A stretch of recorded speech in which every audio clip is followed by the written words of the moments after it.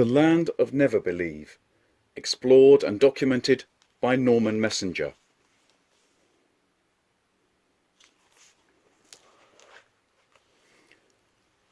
On setting foot on the island, I was immediately spellbound. There could be nowhere else on earth quite like this. Such trees, plants, creatures, and intriguing people you would never believe. This was a place I had to explore and record. On setting foot on the island, I was immediately spellbound.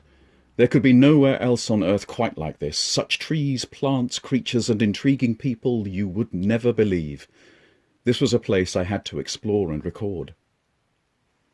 Much to Norman Messenger's astonishment, he also found that the island he had stumbled on had the ability to change its location from time to time. This was turning into such a fantastical little island, with so much to be beguiled, delighted, and even alarmed by. This book documents all of his fascinating encounters. Born and educated in Liverpool, Norman Messenger began his career as an advertising art director in London, before turning to freelance illustration. He is a highly regarded illustrator and was a founding member of the Association of Illustrators. His books for children include Annabelle's House, Making Faces, The Creation Story, and Imagine. He lives with his artist wife in Gloucestershire and has 2 artist sons. The Land of Neverbelieve, explored and documented by Norman Messenger. The Land of Neverbelieve, an introduction to a fantastical island.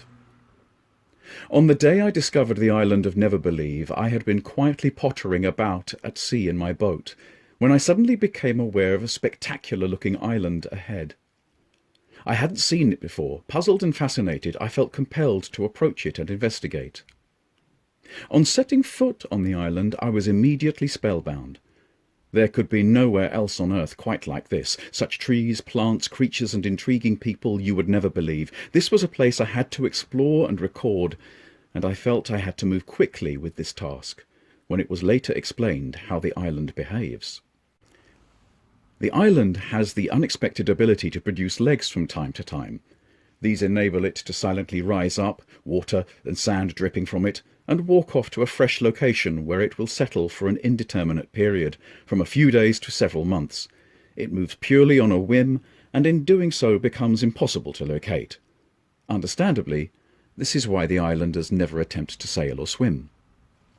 When most of my exploring and recording had been achieved, I realized I had been neglecting my boat, and I felt I ought to check it over and pack away my carefully chosen souvenirs. This done, I looked about me, only to find the island had completely disappeared. My amazing adventure had come to an abrupt end. I should have known better, being warned of the island's habit of moving off unannounced. However, there I now was in open water, the island nowhere to be seen, and having to make my way home in a dreamlike state. How fortunate I was to have my mementos, the weird and beautiful seeds, the lovely parrot feather, the exquisite kissing shells, the folded leaf, the cutlery set, my notes and sketches.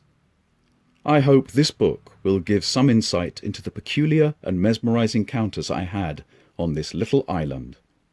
Norman Messenger.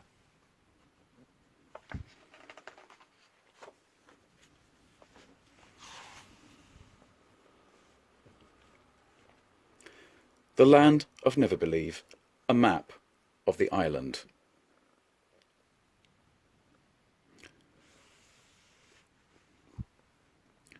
Plate 1. The hamlet. The islanders' home occupy the hillocks surrounding a book mountain and create a delightful huddle of colourful, fanciful and quirky buildings. Plate 2. Some curious trees. Exploring the island is such an exciting adventure because of the never-ending, boggling collection of unbelievable trees. Plate 3. Some extraordinary forest trees. From the dark depths to the outer edges of the forest, you will never believe the extraordinariness of the trees you will find. Plate 4. Of marsh and stream. Surprises, delights and shivers can all be experienced in this area of the island. It pays to be wary of the marsh, but there is much to be relished along the rushing stream.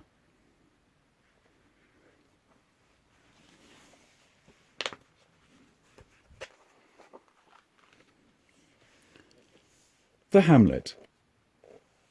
You will never believe how delightfully colourful, fanciful and quirky the islanders' homes are. The picturesque hillocks and dwellings all seem to cuddle up together.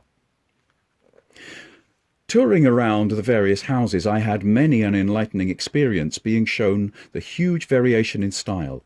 I observed how nimbly the islanders manoeuvred around the hillocks. They are remarkably agile. The houses on the hillocks huddle around Book Mountain. See Plate 12.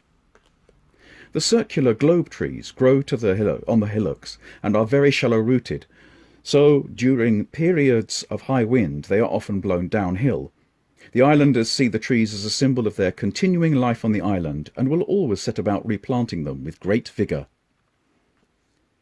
No two buildings are the same. Wood from the forgetful tree, see Plate 2, is often used for this construction because of its dense grain and branchless timber.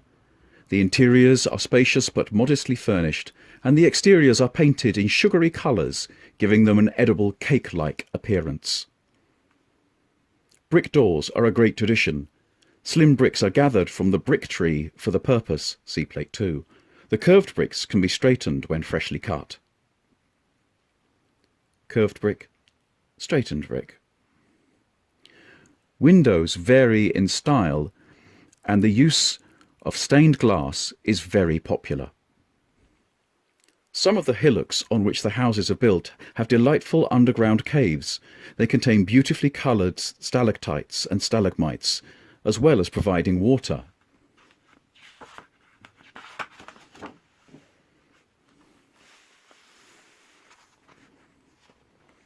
The clothes worn by both sexes have strong decorative quality.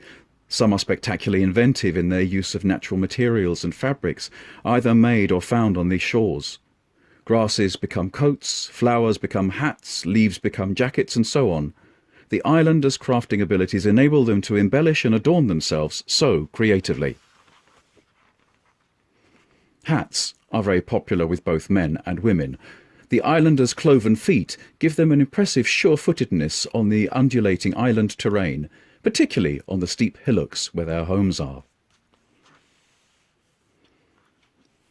The inhabitants of Neverbelieve are friendly, gentle, doll-like in stature.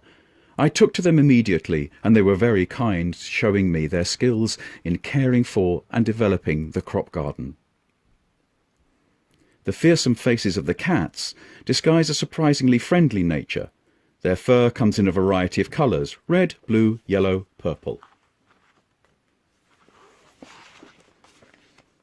Some curious trees, some extraordinary forest trees, of marsh and stream, the flowering meadow, the crop garden, the magical lake, along the coast, the islands, the spooky, dark mountains, the happy forest clearing, Book Mountain.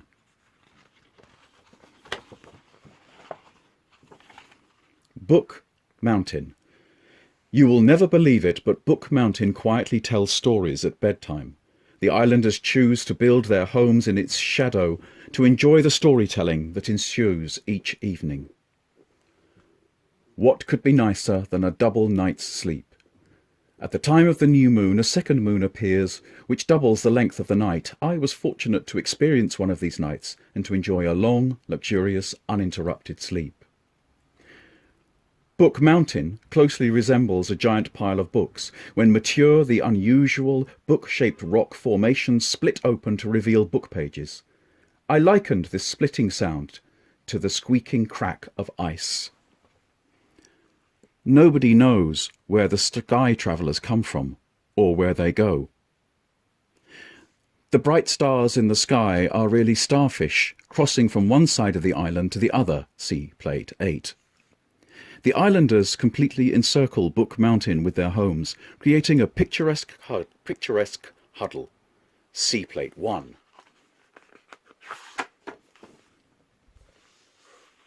The mountain closely resembles a giant pile of book-like rock formations, left. When fully grown, the shapes will slowly split and open out, right, revealing the book pages. After this, the extraordinary ability for storytelling begins. Mature books will close by day and open by night. The friendly hawk moth is attracted to the candlelight of the romantic Candle Hills and provides company for the island people as they return home from their work in the crop garden. The evergreen trees on the mountain are mountain-shaped, as are the cones. As the house lights are turned off one by one, the islanders quickly succumb to sleep, listening to softly told stories. The small, neat, round globe trees are confined to the hillocks at the foot of the mountain.